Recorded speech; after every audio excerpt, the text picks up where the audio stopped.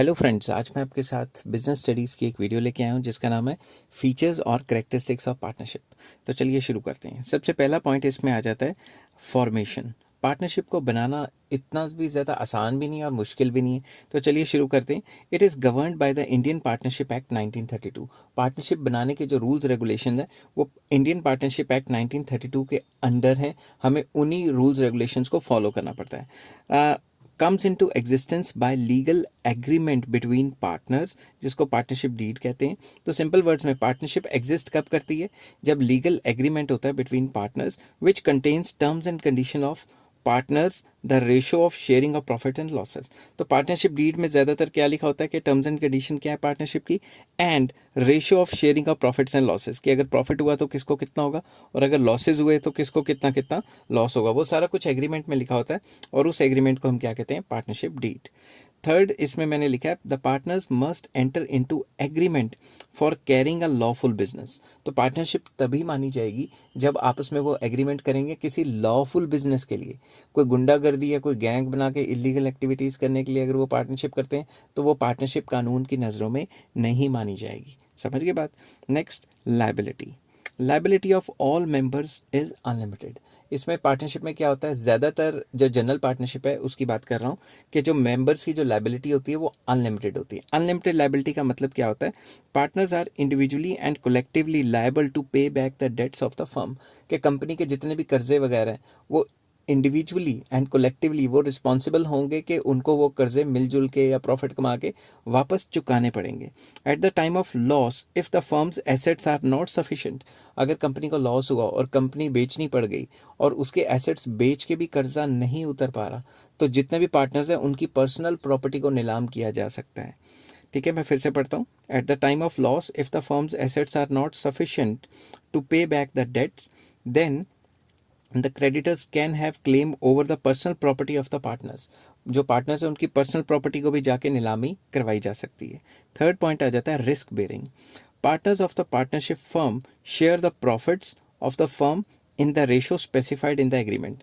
वो क्या करते हैं, जो प्रॉफिट्स हैं वो शेयर करते हैं उस हिसाब से जिस हिसाब से एग्रीमेंट में लिखा हुआ है। एग्रीमेंट में लिखा होता है जिसका जितना जितना पैसा है उतना उतना परसेंट, जितना पैसा डाला है उसने उतना उतना परसेंट उसका प्रॉफिट या लॉस है। तो एग्रीमेंट जो भी लिखा होता है उतना ही वो प्रॉफिट को शेयर करते हैं। In case no ratio is specified, अगर कोई रेशो स्पेसिफाई नहीं की गई कॉन्ट्रैक्ट में, जिसको पार्टनरशिप डीड कहते हैं, in the agreement, then the profit is divided equally among the members.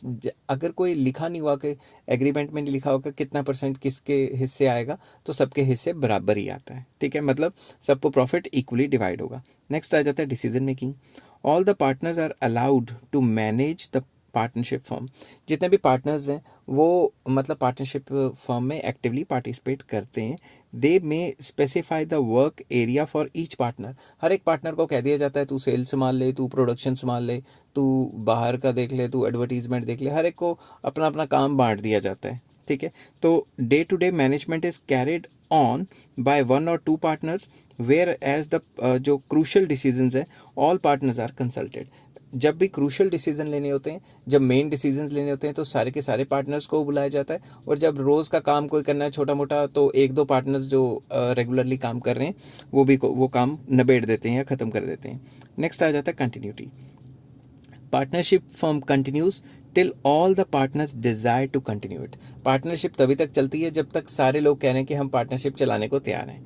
Legally the partnership comes to an end at the retirement और death of any one of the partner. अगर कोई भी एक partner कह दे कि भाई मैं रिटायर होना चाहता हूँ, पार्टनरशिप छोड़ना चाहता हूँ, या उसकी डेथ होगी, तो लीगली ये पार्टनरशिप खत्म हो जाती है।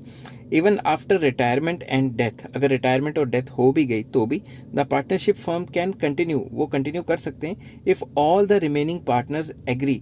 बाकी जो पार्टनर्स बचे हों वो एग्री कर लें। For this they settle the claim of the outgoing partner. अगर मान लो 4 हिस्सेदार हैं, ठीक है, एग्जाम्पल ले रहा हूँ, A B C D, 4 partners हैं, हर एक का 25% हिस्सेदारी है। अगर डी पार्टनर कहता है कि मैं बाहर जाना चाहता हूँ और ऐसे करो, ये पार्टनरशिप खत्म करो, तो अगर ये तीनों मिलके इसका हिस्सा खरीद लेते हैं और इसको पे बैक कर देते हैं सॉरी, तो पार्टनरशिप को सर्वाइव किया जा सकता है। आई होप ये बात आप समझ गए होंगे कि अगर एग्जिस्टिंग पार्टनर्स चाहें तो आउटगोइंग पार्टनर के सारे जितने भी सेटलमेंट्स है, क्लेम वगैरह, उसको दे के उसको एग्रीमेंट से निकाल सकते हैं, क्योंकि वो तो खुद ही जाना चाहता है। तो पार्टनरशिप को जिंदा रखा जा सकता है उसके जाने पे भी। Next, the number of partners. Number of partners कितने होते हैं? Number of partners to form a partnership firm are 2। जो मिनिमम नंबर ऑफ पार्टनर्स हैं वो कितने चाहिए? 2। And maximum number as per section 464 of the companies act 2013 ये 100 है। मगर ये टाइम टू टाइम चेंज होते रहते हैं। अब मैं वीडियो बना रहा हूँ तो बेसिकली ये मैक्सिमम गवर्नमेंट ने डिक्लेयर किए हुए हैं कि 50 हैं, बट ये टाइम टू टाइम चेंज होते रहते हैं। अलग अलग टाइप की कंपनियों के लिए अलग अलग हैं, ठीक है। तो सॉरी, बोल बोल के गला बैठ गया। तो इस पे मत जाना कि कितने मेंबर हैं, वो तो करंट सिचुएशन के हिसाब से होगा। At present as per the rule 10 of the companies act 2014 maximum number prescribe by government is 50। तो गवर्नमेंट इसको टाइम टू टाइम चेंज करती रहती है, क्योंकि गवर्नमेंट का डिसीजन होता है, वो अपने हिसाब से इसको चेंज करती रहती है। नेक्स्ट मोस्ट इंपॉर्टेंट पॉइंट जो पिछली वीडियो में मैं आपको बताना चाहता था, मगर अगर वहां ज़्यादा खींच देता तो वो वीडियो बहुत लंबी हो जाती, that is mutual agency function. इसमें क्या होता है? Every partner is the owner as well as agent. मैं यहाँ इसको रब कर देता हूँ, ओनर लिखना था मुझे, owner. Every partner is the owner as well as agent of the firm and agent to other partners।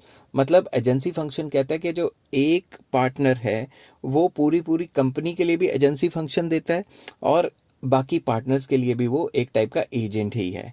इसको और ज़्यादा डिटेल में करते हैं। Acts of one partner are binding on other partners. अगर किसी भी एक पार्टनर ने कोई एक्ट कर दिया, कोई ऐसा पॉजिटिव या नेगेटिव एक्ट कर लिया, तो बाकी सारे पार्टनर्स को वो लायबल हो जाएगा, वो बाकी सबको मानना पड़ेगा, वो बाइंडिंग हो जाएगा। फॉर एग्जांपल, एक किसी भी पार्टनर ने बाहर किसी के साथ कॉन्ट्रैक्ट कर लिया, चाहे वो सही रहा चाहे वो गलत रहा, वो सारे पार्टनर्स को मानना ही पड़ेगा, क्योंकि वो पार्टनर उन सारों के बिहाफ पे काम कर रहा है ना। Contract signed by one partner is binding on other partners. अगर एक पार्टनर ने कोई कॉन्ट्रैक्ट साइन कर लिया कंपनी के नाम पे, कंपनी के नाम से फॉरवर्ड जाके कोई आउटसाइडर के साथ कॉन्टैक्ट कर लिया, तो वो सारे पार्टनर्स पे बाइंडिंग होगा। तो इसे कहते हैं हम एजेंसी फंक्शन, ठीक है। नेक्स्ट वीडियो में मैं आपके साथ लाऊंगा मेरिट्स और advantages of partnership. Till then take care, have a nice day. और अगर वीडियो पसंद आई हो तो please like, share and subscribe. Take care.